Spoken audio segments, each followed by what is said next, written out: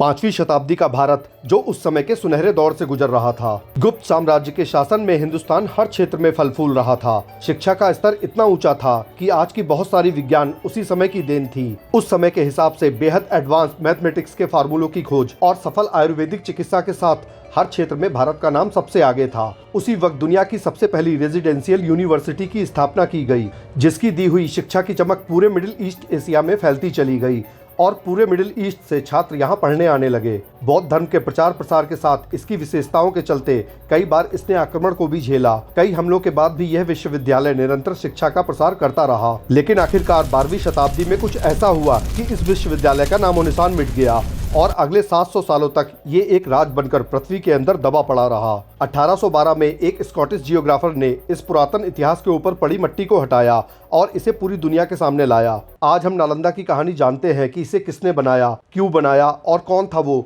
जिसने इस महान शिक्षा के मंदिर को तबाह किया। एंशिएंट भारत में मगध के नाम से जाना जाने वाला आज का बिहार गौतम बुद्ध के जीवन और उनके विचारों के प्रचार प्रसार में प्रमुख तौर पर जाना जाता है। नेपाल में एक राजघराने में जन्म लेने के बावजूद गौतम बुद्ध की न तो राजसी ठाट बाट में रुचि थी, न वैसे जीवन में। 29 साल में अपना घर त्यागने के बाद अध्यात्म का मार्ग चुनकर वह मगध की कैपिटल राजगीर पहुंचे। वहां का वातावरण अपने ध्यान के लिए अनुकूल पाकर वहीं ध्यान किया और उन्हें वहीं मोक्ष की प्राप्ति हुई। जब गौतम बुद्ध के ज्ञान का प्रकाश वहां फैलने लगा तो लोग उनको सुनने और उनके बताए पाथ को फॉलो करने लगे। जहां बुद्ध बैठकर अपने उपदेश देते थे, उस जगह को वहां के लोगों ने मिलकर एक तरह से ज्ञान के प्रसार के लिए ही बुद्ध को समर्पित कर दिया था। सोच के देखिए कितना तेज रहा होगा भगवान बुद्ध में। समय के साथ उनके उपदेशों का स्प्रेड होता रहा और महात्मा बुद्ध के दुनिया से जाने के बाद गुप्त साम्राज्य के राजा कुमार गुप्त फर्स्ट ने उस जगह का महत्व और बुद्ध के विचारों को ध्यान में रखते हुए इसे शिक्षा के केंद्र के रूप में स्थापित किया और यह एक शिक्षण संस्थान के रूप में प्रारंभ हुआ और बाद में समय समय पर विस्तार होने से ये एक विश्वविद्यालय के रूप में प्रसिद्ध होता चला गया। इसे नालंदा महाविहार नाम दिया गया और शुरुआत हुई नालंदा विश्वविद्यालय की। समय के साथ साथ गुप्त राज्य के अन्य राजाओं ने भी इसका विस्तार कराया और ये फलती फूलती चली गई। गुप्त राज्य के बाद पाल डायनेस्टी ने भी इसके विकास को खासी तवज्जो दी। नालंदा की ख्याति इस कदर बढ़ने लगी कि आसपास के देशों के छात्र यहाँ पढ़ने आने लगे। शिक्षा के लिए सिर्फ भारत से ही नहीं बल्कि कोरिया, जापान, मंगोलिया, चीन, तिब्बत, इंडोनेशिया, ईरान और तुर्की से भी शिक्षार्थियों का यहाँ आना एक आम बात थी। इन्हीं विद्यार्थियों की वजह से बौद्ध धर्म का प्रचार प्रसार एशिया के अन्य देशों में हुआ। विद्यार्थियों को यहाँ बुद्ध के सिद्धांत, philosophy, grammar, medicine, mathematics, surgery, astronomy, history, politics, art, architecture और लॉजिक की शिक्षा दी जाती थी। यहाँ की विशाल लाइब्रेरी में 90 लाख हस्तलिखित किताबें इन्हीं विषयों से संबंधित थीं। 10,000 छात्रों और 2,000 से ज्यादा शिक्षकों के रहने और पढ़ने पढ़ाने की व्यवस्था कैंपस में ही थी। आजकल के एंट्रेंस एग्जाम की तरह यहाँ भी एडमिशन के लिए टफ एग्जाम के 3 लेवल होते थे, जो सिर्फ 100 में से 10 लोग ही पार कर पाते थे। क्योंकि संस्कृत और पाली 2 भाषाओं का आधिपत्य था, इसलिए स्टूडेंट्स को इन भाषाओं का जानकार होना कंपलसरी था। साथ ही गौतम बुद्ध के आदर्शों की नॉलेज होना भी जरूरी था। इनसे संबंधित टेस्ट और इंटरव्यू पास करके ही यहाँ एडमिशन संभव था। सबसे बड़ी बात यह है कि यह एंट्रेंस एग्जाम यहाँ के द्वारपाल ही लिया करते थे। ये बात बहुत महत्वपूर्ण है और एक शिक्षण संस्थान की महानता का अलग ही लेवल शो करती है। ये एडमिशन प्रोसेस देश या विदेश कहीं से भी आए छात्रों के लिए सेम था। चाइनीज स्कॉलर ह्यूंग सांग, जिनका नाम नालंदा विश्वविद्यालय के साथ हमेशा के लिए जुड़ा हुआ है। नालंदा विश्वविद्यालय के इतिहास में ह्यूंग सांग का नाम हमेशा के लिए अमर है और ये एक इम्पोर्टेंट रोल प्ले करता है। उन्हें भी यहाँ यूनिवर्सिटी में एडमिशन के लिए सेम टेस्ट देना पड़ा था। हर मोनेस्ट्री या मठ में 35 स्टूडेंट्स रहते थे और उसी मठ में उनकी शिक्षा और खान पान की व्यवस्था भी थी। कुछ मठों के अवशेष हम देख सकते हैं, पर क्योंकि यहाँ 10,000 छात्र एक साथ रहते थे तो हम इजीली अंदाजा लगा सकते हैं कि यहाँ कितने मठ रहे होंगे। सर्वे के मुताबिक यूनिवर्सिटी का एक बहुत बड़ा हिस्सा जमीन में दफन है और अब वहाँ आबादी रहने लगी है। ऐसे में उनको वहां से हटाकर सर्वे संभव नहीं। एक अन्य चाइनीज छात्र द्वारा लिखित वर्णन में यूनिवर्सिटी का एरिया 20 किलोमीटर का बताया गया है। एक जनरल आइडिया लगाया जा सकता है कि ये विश्वविद्यालय कितना बड़ा रहा होगा। विश्वविद्यालय में पढ़ रहे छात्रों से फीस के रूप में कुछ भी नहीं लिया जाता था। सब कुछ फ्री ऑफ कॉस्ट था। हजारों बच्चे, टीचर्स, रखरखाव और पुस्तकों का खर्चा कहाँ से निकलता था, ये सवाल आपके माइंड में भी स्ट्राइक कर रहा होगा। इसके लिए वहाँ के राजा ने नालंदा के आसपास के 250 गांवों के दान और टैक्स यूनिवर्सिटी के अंदर कर दिए थे। गांवों से आया पूरा टैक्स का पैसा सिर्फ नालंदा के मैनेजमेंट के लिए ही था। 12वीं शताब्दी में पूरी तरह से खत्म होने से पहले नालंदा पर 2 बार पहले भी अटैक हुए थे और ये डिस्ट्रॉय हो गई थी, पर राजाओं द्वारा बार बार इसको पुनर्जीवन मिलता रहा। आर्कियोलॉजिस्ट ने यहाँ खोजों के दौरान 2 से 3 डिफरेंट लेयर का कंस्ट्रक्शन पाया, जिससे ये कंफर्म हुआ कि नालंदा के खात्मे से पहले इस पर कई हमले हुए थे। इतिहास में कई मठों और मंदिरों पर हमले होते रहे हैं, जिसमें या तो वो पूरी तरह से खत्म हो जाते हैं या रिकंस्ट्रक्शन होकर कंटिन्यू रहते हैं। नालंदा विश्वविद्यालय पर 3 बार हमला हुआ, परंतु सबसे विनाशकारी हमला 1193 में हुआ था, जब तुर्की शासक बख्तियार खिलजी ने नालंदा में आग लगा दी। कहा जाता है कि यूनिवर्सिटी में इतनी पुस्तकें थीं कि 3 महीनों तक वहां आग धधकती रही थी। उसने अनेक धर्माचार्य और बौद्ध भिक्षु मार डाले। ठीक इसी वक्त से बौद्ध धर्म की जड़ें भारत में कमजोर पड़ने लगीं और यहाँ से शिक्षा प्राप्त करके गए बौद्ध भिक्षुओं द्वारा एशिया के अन्य क्षेत्रों में फैलने लगीं। जब नालंदा की आग ठंडी हुई तो वहाँ बस राख का ढेर ही बचा था और उसके बाद समय और धूल की चादर ने नालंदा को साल दर साल जमीन की गहराइयों में करीब 700 साल के लिए दफन कर दिया।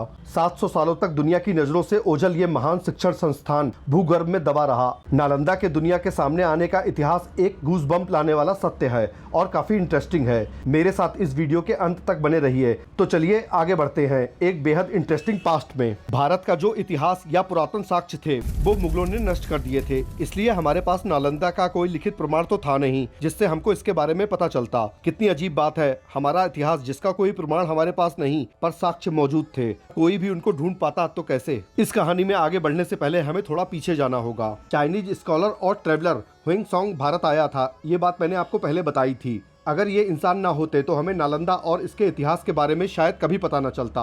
ह्वेंगसॉन्ग ने भारत में आकर नालंदा में एडमिशन लेकर 5 साल पढ़ाई करी और बाद में 10 साल यहीं एज ए टीचर भी काम करते रहे। 15 साल बाद जब वह वापस गए तो अपने साथ 20 घोड़ों पर लाद कर 756 हाथ से लिखे ग्रंथ अर्थात मनुस्क्रिप्ट और 150 बुद्धिस्ट कलाकृति अपने साथ ले गए और इसी वजह से बौद्ध धर्म चाइना और उसके आसपास के क्षेत्रों में स्प्रेड हुआ।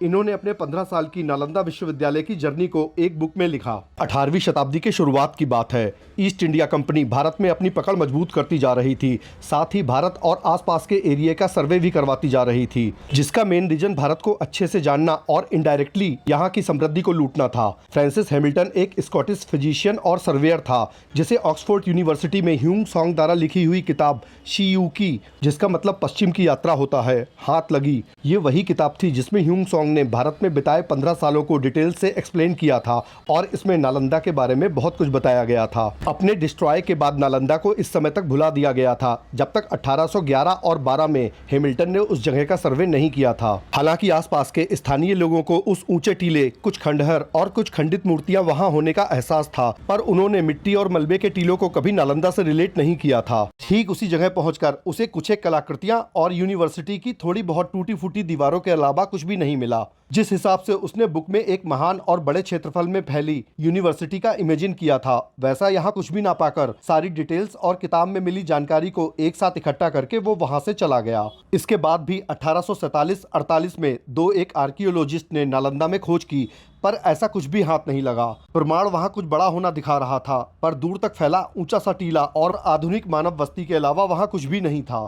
अगले 12 साल तक नालंदा फिर दुनिया से छुपी रही, मगर एक सत्य जो बेसब्री से बाहर आने की बार बार कोशिशों के बाद भी बाहर नहीं आ पा रहा था, आखिरकार उसे बाहर आना ही था। नालंदा के करीब किसानों को आसपास की खुदाई के दौरान आर्टिफैक्ट्स मिलने जो एक बार शुरू हुए वो कंटिन्यू मिलते ही जा रहे थे। आर्कियोलॉजिस्ट डिपार्टमेंट को जब इस बात की भनक लगी, वहाँ खुदाई स्टार्ट की गई जो 1861 और 62 के दौरान हुई। नालंदा होने का प्रत्यक्ष प्रमाण सबके सामने था। चाइनीज ट्रेवलर ह्वेंगसॉन्ग की बात सच साबित हुई थी। प्रॉपर तरह से नालंदा की खुदाई इसके 53 साल बाद 1915 से 1937 तक 22 साल तक चली और इसी दौरान आर्कियोलॉजिस्ट ने हर जगह से राख की एक मोटी लेयर भी पाई। इससे ये साफ हुआ कि यहाँ भयंकर आग लगी थी, जिसकी वजह से सभी इमारतें ढह गईं। इसके बाद आज़ाद भारत में 1974 से 1982 तक एक्सक्लेवेशन हुआ और काफ़ी कुछ खंडित दीवारों और अवशेषों का रिस्टोरेशन किया गया और ये आज भी टाइम टू टाइम होता रहता है। नालंदा विश्वविद्यालय के निर्माण, विध्वंस और खोज के बारे में तो हम सब जान चुके हैं, पर एक सवाल जो ऑब्वियस हम सबके मन में चल रहा होगा कि क्यों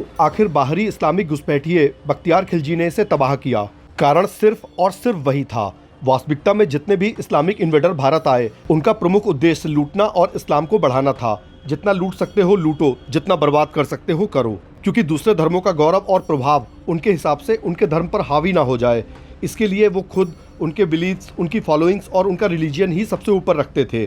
बाकी सब लोग और उनकी फॉलोइंग्स उनके लिए कोई मायने नहीं रखते थे। इस्लाम के अलावा किसी भी अन्य धर्म को आगे बढ़ते और फलते फूलते देखना खिलजी को गवारा न होने की वजह से उसने नालंदा विश्वविद्यालय को खत्म करने के उद्देश्य से उसे आग की भेंट चढ़ा दिया और एक महान शिक्षण संस्थान जहां से लगभग 750 सालों में महान विद्वान और छात्र जैसे आर्यभट्ट, हर्ष, धर्मपाला, नागार्जुन, धर्मकीर्ति, असंगा, बासुबोध, चंद्रकीर्ति और ह्यूम सॉन्ग थे, 700 सालों के लिए दफन हो गया।